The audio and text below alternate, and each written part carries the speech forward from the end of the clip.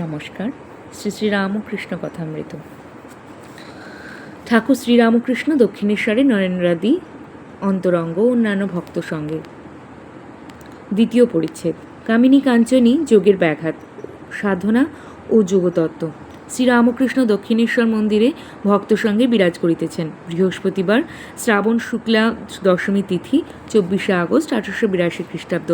আজকাল ঠাকুরের কাছে হাজরা মহাশয়, রামলাল, রাখাল প্রভৃতি থাকেন। শ্রীযুক্ত রামলাল ঠাকুরের ভ্রাতুষ্পুত্র। কালীবাড়িতে পূজা করেন। মাস্টার আসিয়া দেখিলেন উত্তর পূর্বের লম্বা বারান্দায় ঠাকুর হাজরার নিকট দাঁড়াইয়া কথা কহিতেছেন। তিনি আসিয়া ভূমিষ্ঠ হইয়া ঠাকুরের শ্রী পাদপদ্ম বন্দনা করিলেন। ঠাকুর সহস্রবদন মাস্টারকে বলিতেছেন, আর দু একবার ঈশ্বর বিদ্যাসাগরকে দেখবার প্রয়োজন। চালচিত্র একবার মোটামুটি এঁকে নিয়ে তারপর বসে বসে রং ফলায়। প্রতিমা প্রথমে 1 মেটে, তারপর 2 মেটে, তারপর খড়ি, তারপর রং, পরে পরে করতে হয়।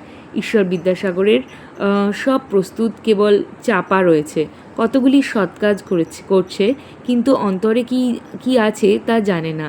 অন্তরে সোনা চাপা রয়েছে, অন্তরে ঈশ্বর আছেন। জানতে পারলে সব কাজ ছেড়ে ব্যাকুল হয়ে তাকে ডাকতে ইচ্ছে হয়। ঠাকুর মাস্টারের সঙ্গে দাঁড়াইয়া কথা কহিতেছেন, আবার কখনো কখনো বারান্দায় বেড়াইতেছেন। শ্রীরামকৃষ্ণ: অন্তরে কি আছে জানবার জন্য একটু সাধন চাই।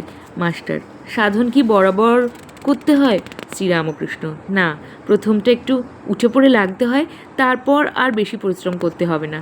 যতক্ষণ ঢেউ, ঝড়, তুফান আর বাঁকের কাছ দিয়ে যেতে হয়, ততক্ষণ মাঝির দাঁড়িয়ে হালটা ধরে রাখতে হয়।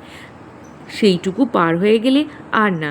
যদি বাঁক পার হলো আর অনুকূল হাওয়ার বইল, তখন মাঝি আরাম করে বসে, হালে হাতটা ঠেকিয়ে রাখে, তারপর পাল টাঙবার বন্দোবস্ত করে তামাক সাজতে থাকে। কামিনী কাঞ্চনের ঝড় তুফানগুলি কাটিয়ে গেলে তখন শান্তি। কারু কারু যোগীর লক্ষণ দেখা যায়, কিন্তু তাদেরও সাবধান হওয়া উচিত। কামিনী কাঞ্চনই যোগের ব্যাঘাত। যোগভ্রষ্ট হয়ে সংসারে এসে পড়ে। হয়তো ভোগের বাসনা কিছু ছিল, সেইগুলি হয়ে গেলে আবার ঈশ্বরের দিকে যাবে। আবার সেই যোগের অবস্থা। শটকা কল জানো? মাস্টার: আজ্ঞে না, দেখি নাই। শ্রীরামকৃষ্ণ: ও দেশে আছে। বাঁশ নুইয়ে রাখে, তাতে বড়শি লাগানো, দড়ি বাঁধা থাকে। বড়শিতে টোপ দেওয়া হয়।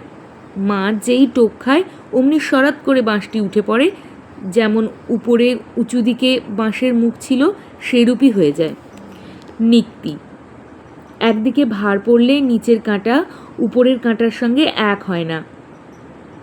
নিচের কাঁটাটি মন, উপরের কাঁটাটি ঈশ্বর। নিচের কাঁটাটি উপরের কাঁটার সহিত এক হওয়ার নাম যোগ।